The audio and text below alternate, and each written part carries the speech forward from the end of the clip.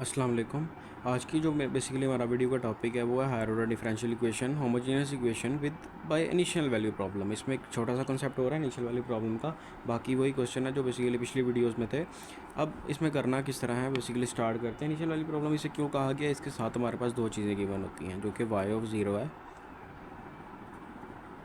Y of, ठीक है, ये दो इनिशियल वैल्यू है जो गिवन है हमारे पास। ठीक है, अब बेसिकली इसे सॉल्व करना स्टार्ट करें। किस तरह करेंगे, जैसे पहले क्वेश्चंस को करते हैं। दो डैश है M square Y minus 4m,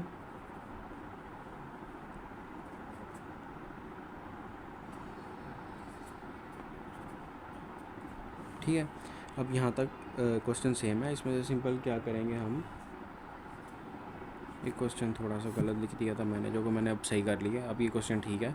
एक डेरिवेटिव था, एक m आ गया सिंपल, एक 3y ऐसे ही, क्योंकि इसके ऊपर कुछ भी नहीं है तो हम 7m भी कोई नहीं लगाएंगे। इसमें से अगर y कॉमन निकालें तो हमारे पास क्या बच जाता है, 4m square minus 4m minus 3 is equal to 0। ठीक है, ये इक्वेशन हमारे पास बन जाती है। अब इस पर या तो हम क्वाड्रेटिक अप्लाई कर सकते हैं या तो फैक्टराइजेशन अप्लाई कर सकते हैं। फैक्टराइजेशन करते हैं, ये और ये इसे आपस में मल्टीप्लाई करेंगे, क्या आ जाता है हमारे पास 12, 4 3 या 12। कोई ऐसा नंबर यहाँ पर, कोई ऐसे दो नंबर लिखने हैं जिसे मल्टीप्लाई करने से 12 आए, प्लस माइनस करने से 4 आए। इसकी जैसे फैक्टराइजेशन लेते हैं, 2 6 R 12, 3 2 R 6 और 2 1 R 2। ठीक है, तीन नंबर हमारे पास आ गए हैं। सोल्व करने का स्टेप आपको बता रहा हूँ किस तरह बेसिकली करते हैं। अब 3 को 2 में कन्वर्ट करना है, कैसे करेंगे। टू अब कोई ऐसे दो नंबर जिनसे अब ये काम आ रहा हो जाए, अगर इसे मल्टीप्लाई करता हूँ क्या आ जाता है 6, और क्या आ जाता है यहाँ पर दूसरा नंबर 2। 6 और 2 से हमारा काम हो रहा है। 6 को 2 से मल्टीप्लाई करने क्या आ जाता है 12, और 6 में से अगर 2 को माइनस करें 4 आ जाता है, तो इससे हमारा काम हो जाएगा। अगर फॉर एग्जांपल 2 को 2 से मल्टीप्लाई करता तो आ जाता 4 क्रॉस 3।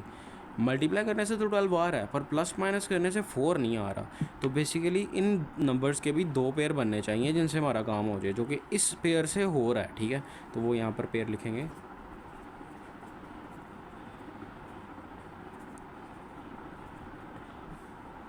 यहाँ से अगर हम हमारे पास 2m कॉमन निकलेगा, 2 2 R 4, तो 2 यहाँ पर बच गया। अगर यहाँ पर हमारे पास माइनस 2m को, अगर माइनस 2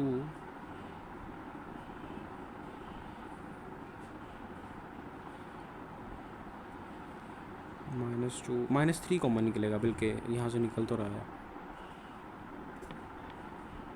3 2 R 6, तो 2m यहाँ पर माइनस माइनस प्लस और यहाँ पर 1। ठीक है, ये दोनों चीज़ें सेम आ गई हैं। ठीक है, तो यहाँ पर 2m प्लस 1 एक दफ़ा लिख लेंगे, और 2m माइनस 3 एक बार, जो कि दोनों इक्वेशन बेसिकली किसके इक्वल है 0 के, और 2m प्लस 1 भी 0 के इक्वल, और 2m माइनस 3 भी किसके इक्वल 0 के।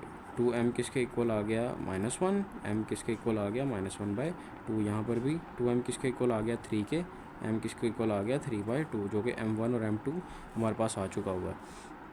बेसिकली इसे इक्वेशन में पुट करेंगे। बेसिकली कौन सी वैल्यू है, डिस्टिंक्ट रूट है, तो इसके लिए जो हमारे पास फार्मूला लगता है y का, e की पावर c1 e की power mx plus c2 e की पावर mx। ठीक है,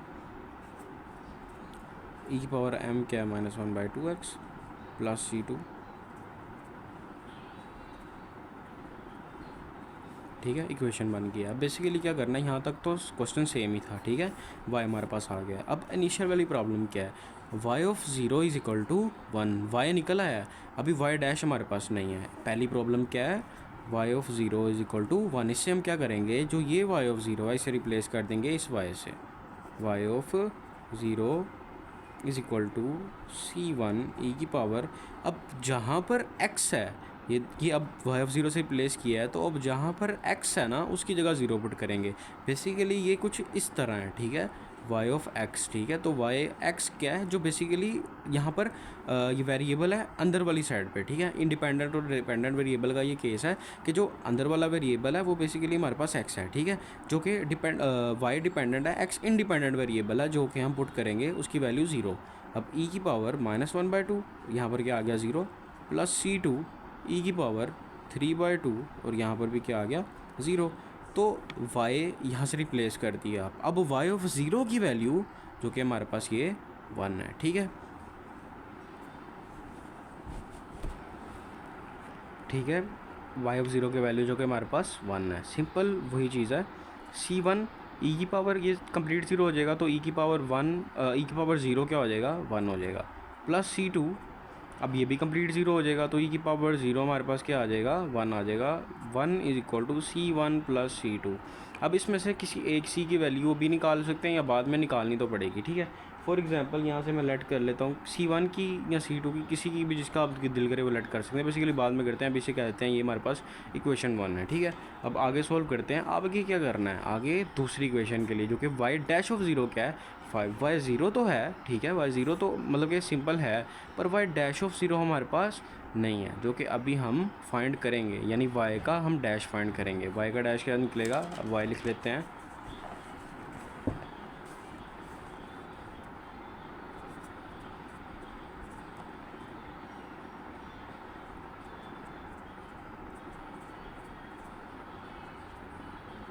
ठीक है, अब वाई डैश निकाल लेते हैं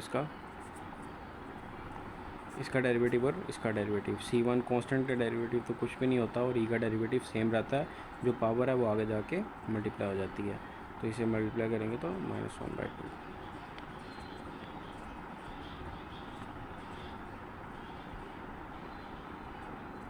इसका आगे डेरिवेटिव होता है ना इस पावर का, तो इस पावर का डेरिवेटिव लेंगे तो -1/2 और इस पावर का डेरिवेटिव लेंगे तो 3/2 आ जाएगा हमारे पास, ठीक है। ये हमारे पास डेरिवेटिव आ गया। अब यहाँ पर इसे तरतीब दे लेते हैं, ये इसे पहले लिख लें या बाद में लिख लें, वैसे फ़र्क तो कुछ भी नहीं पड़ेगा।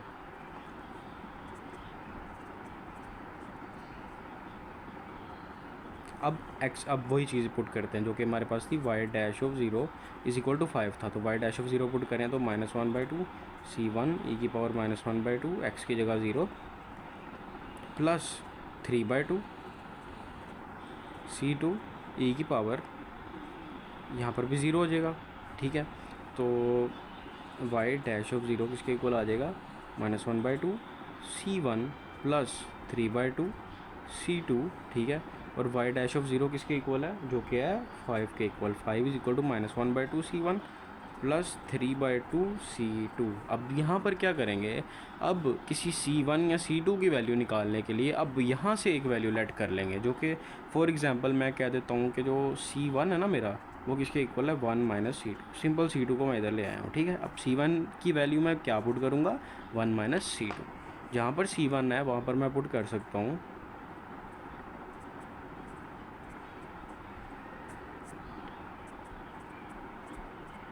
ठीक है।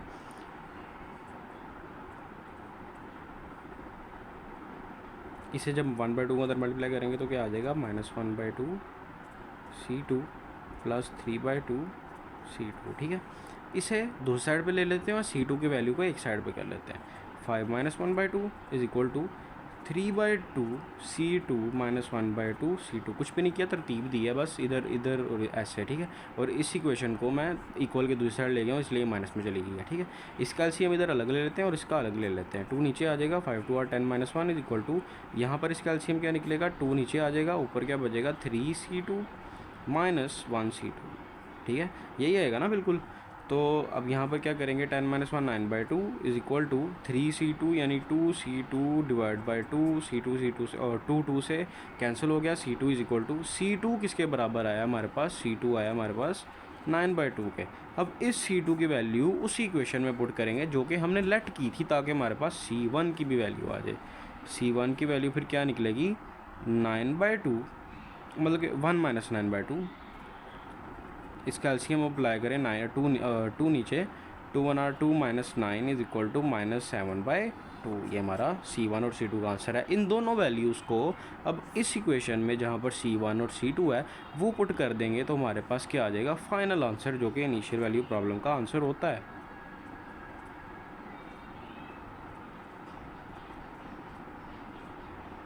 C2 बेसिकली यहाँ पर 9/2 आ जाएगा, ई की पावर 3/2x। तो ये रहा इनिशियल वैल्यू प्रॉब्लम क्वेश्चन।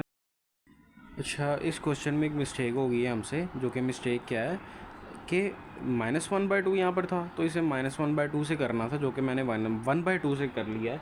इस केस में हमारे पास जो आंसर आ रहे हैं वो दोनों थोड़े से मिस्टेकन आ रहे हैं, क्योंकि हमारे पास जो बेसिकली C1 की वैल्यू निकलती है वो निकलती है हमारे पास -9/2, और जो C2 की हमारे पास वैल्यू निकलती है वो निकलती है 11/2। C1 और C2 की वैल्यू हमारी क्या मतलब कि कोलैप्स कर सकती है, यानी C1 की वैल्यू ये आ सकती है या C2 की वैल्यू आ सकती है। ये उस पर लेट करता है कि बेसिकली हमने वैल्यूज़ किसकी क्या लेट की हुई हैं। जैसे मैंने C1 निकाला था, लेट किया था ना 1 - C2, तो आप शायद C2 भी कर लें, तो वैल्यूज़ कोलैप्स कर सकती हैं। बाकी आंसर हमारा ये 2 मेन आंसर हैं जो कि निकले हैं। तो मेरा इस केस की वजह से गलती आ गई। मेरी गलती क्या आई है, क्योंकि यहाँ पर माइनस में स्किप कर गया हूँ, जिसकी वजह से मेरे आंसर में थोड़ी सी गड़बड़ आ गई है। तो इन छोटी गलतियों से आप लोगों को बचना चाहिए मेरी तरह। अगर मैं नहीं बच सका तो आप लाजमी बचिएगा। तो अल्लाह हाफिज़।